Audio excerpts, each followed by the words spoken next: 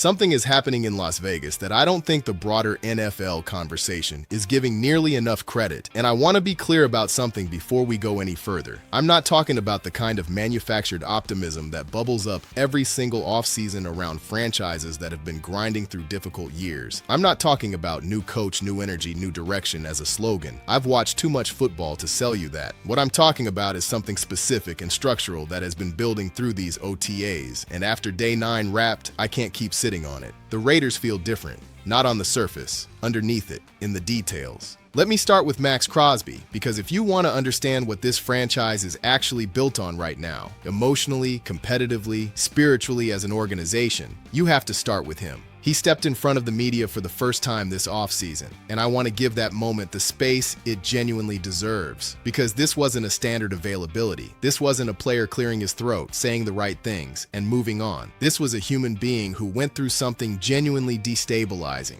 the kind of professional upheaval that fractures men's relationships with franchises, with cities, with the whole idea of what they've given their career to, and chose to walk back out into the open and tell you where he stands. The trade to Baltimore, the return, the entire bewildering sequence of events that unfolded publicly while Raiders fans tried to make sense of it in real time. For weeks, silence. No Crosby, no voice, just questions sitting in the air unanswered. So when he finally faced those cameras, every single word carried a different weight than it normally would. He addressed the Ravens situation, and the way he handled it told me more about his character than any highlight reel ever could. He said he doesn't want to dig through it piece by piece, water under the bridge, move forward. And I believed him completely, not as a diplomatic dodge, but as a man who has actually done the internal work of processing something painful and made a genuine choice to carry it differently going forward. He acknowledged it taught him things about how fast your situation can shift in this league, about what it feels like to be moved around like a chess piece when you've given everything you have to one place, about the kind of adversity that no amount of mental preparation fully equips you for.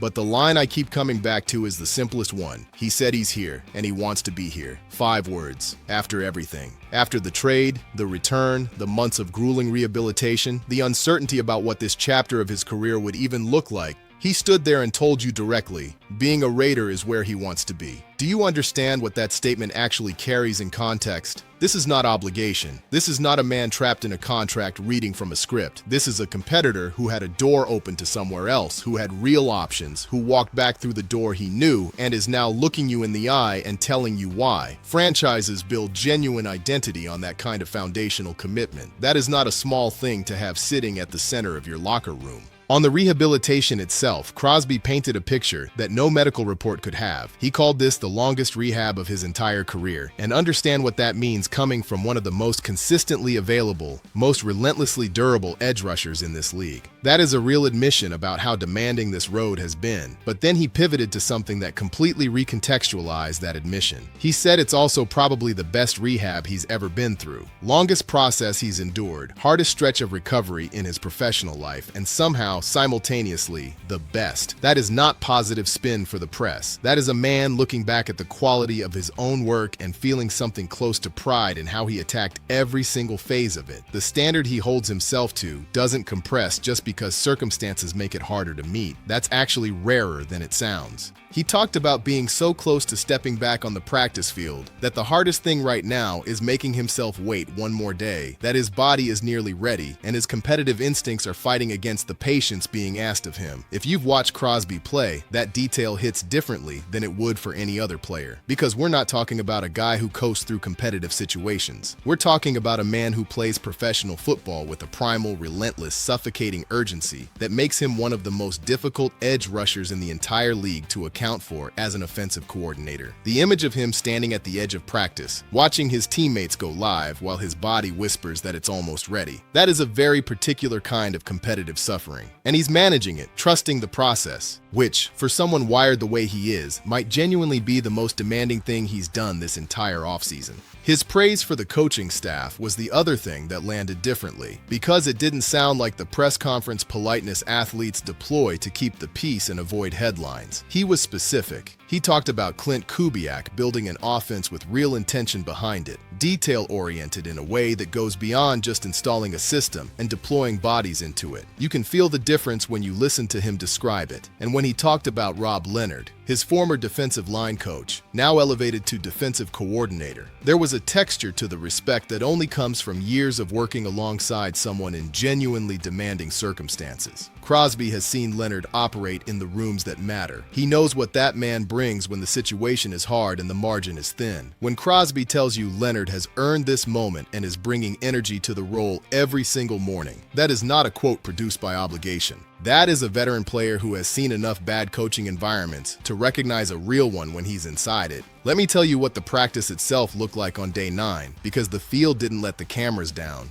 Real competition. Players actually battling for roster spots rather than running through OTA motions at three-quarter effort. That distinction matters far more than it gets acknowledged. Voluntary spring sessions can quietly become glorified walkthroughs where nobody wants to risk an injury, and everyone is just managing load until training camp. When reporters walk away from an OTA specifically noting the competitive atmosphere, that detail is worth registering and not glossing over. The full roster wasn't assembled. Nico Collins, Jamal McCoy, Jeremy Chin, and others were absent or limited, and the real pressure of training camp is still ahead. But what was present showed up with intention.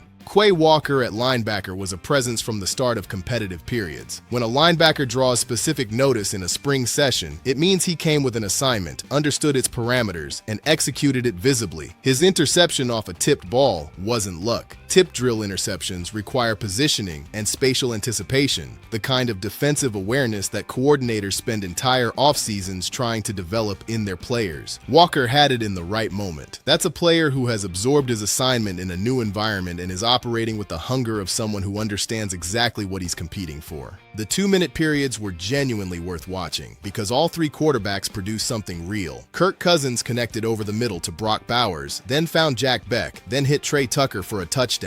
Aiden O'Connell engineered a field goal setup after completing a deep ball to Cedric Jackson. Productive result, which is what quarterbacks are ultimately evaluated on. And Fernando Mendoza capped his portion with a 30-yard completion to Malik Benson, setting up another scoring opportunity. 3 quarterbacks, 3 competitive situations, all 3 generating positive results. That quarterback room is one of the genuinely compelling football storylines developing in the NFL right now. But the moment that got posted, that spread, that generated the immediate visceral reaction across Raiders social media, that was Mendoza finding Brock Bowers. And I understand exactly why it hit the way it did. There is something almost cinematic about watching those two players begin to find each other even in a non-contact spring setting. Mendoza is a rookie walking through the door carrying a Heisman, a national championship, and an undefeated college season behind him. Bowers is already operating as one of the most genuinely dangerous tight ends in professional football right now. When those two connect on a practice throw, even in an OTA, it does something specific to your imagination. You can see the outline of what this offense might eventually become when it's fully built and fully trusted with real game situations. That is not irrational enthusiasm. That is a reasonable response to watching 2 elite players begin developing a shared language on a football field together.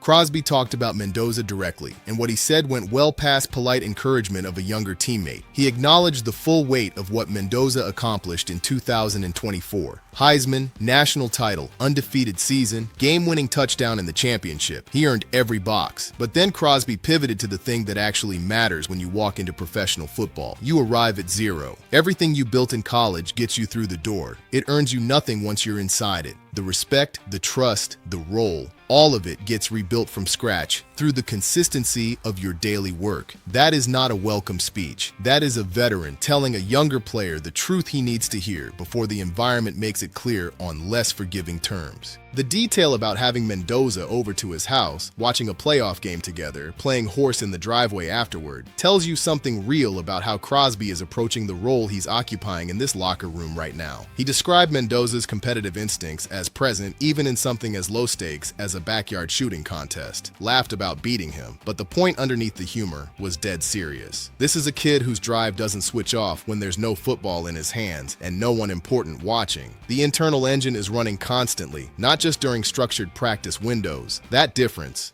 daily competitor versus performance mode competitor, is exactly what separates players who develop quickly in professional environments from those who struggle to translate obvious talent into production when the game accelerates and the margin for error disappears. Rob Leonard's media session after Day 9 was one of the more analytically interesting things to come out of this whole week, because he didn't just describe his goals, he articulated an actual philosophy. When asked about the vision for this defense, he talked about carrying the same principles he applied as a defensive line coach into his role now running the entire unit. Not trying to out-scheme every opponent play for play, attacking the football, urgency in pursuit, effort as a non-negotiable daily standard, and then the detail that hit me analytically: operational cleanliness, sharp substitution patterns, communication that holds together even when an opposing offense pushes tempo and tries to create alignment chaos before the defense can get organized. That last point carries more real weight than it sounds like in a press conference setting. Defenses that fracture in substitution and communication, when a no-huddle offense pressures the tempo, are exploitable in ways that individual talent can't fully compensate for. You can have 4 Pro Bowl players on your defense and still give up extended drives because your unit can't align quickly enough to execute the call. Leonard appears to understand that the operational foundation underneath the scheme is what makes everything else function, and he's building that foundation deliberately before layering complexity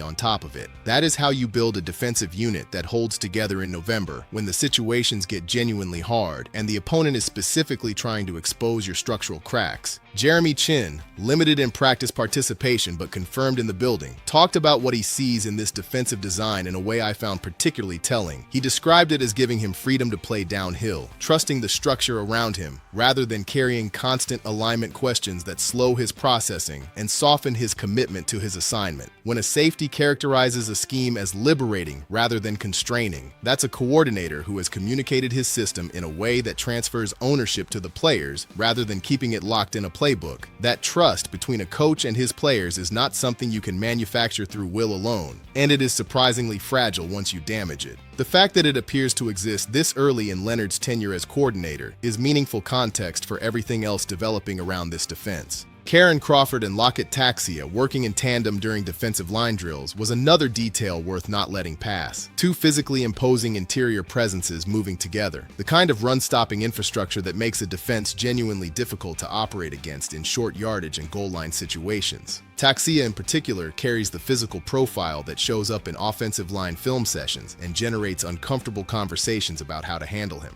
Seeing him active and fully engaged in installation drills, without any visible physical limitations managing his participation, is encouraging given the questions that followed him into this spring. The interior of a defense is the unglamorous foundation that makes the visible, highlight-generating plays on the perimeter possible. This group appears to understand that assignment clearly. Stepping back and looking at the full picture of what Day 9 produced, I want to say something carefully, because I don't want this to land as empty optimism dressed up in analytical language. What I'm seeing in Las Vegas right now feels structurally distinct from the kind of false hope that attaches itself to any new coaching staff in any new offseason for any franchise that has been through difficult years. The specificity is different. Maxx Crosby praising a coaching staff with the precision of a man who has worked under enough bad ones to understand exactly what a genuinely good one looks and feels like. That is not manufactured. That is a veteran player giving you real information about the environment he's actually experiencing. A first-year defensive coordinator articulating a coherent philosophy that his players immediately describe as freeing rather than confusing. That is someone who earned buy-in at the foundational level, which is simultaneously the most important level to earn and the most difficult. A rookie quarterback and a generational tight end beginning to find each other on a practice field while the whole building can sense the potential energy of what that pairing might eventually become. That is the kind of early momentum that, when it is real and properly cultivated, eventually produces wins in meaningful moments. Mandatory minicamp is approaching. The voluntary structure of these OTAs is about to give way to full organizational pressure, complete media access, and real stakes attached to every competitive rep on that field. Whatever foundation has been laid across these 9 days is about to face a genuinely more demanding test. My honest read, and I'm not choosing optimism as a default, I'm reading what I'm actually seeing, is that foundation holds. Because the people driving this thing have communicated their vision with enough clarity and enough consistency that the players running around on that practice field have genuinely absorbed it and made it their own. That alignment between coaching staff vision and player belief is rarer in this league than it should be, and it is not something you can fake for 9 straight practice sessions. In Las Vegas right now, it appears to be real. The regular season will determine whether it's strong enough to matter when the margin for everything narrows, and the opponent on the other sideline is trying to find the seams in everything built this spring. But what's being laid down right now deserves honest attention. It's earning it.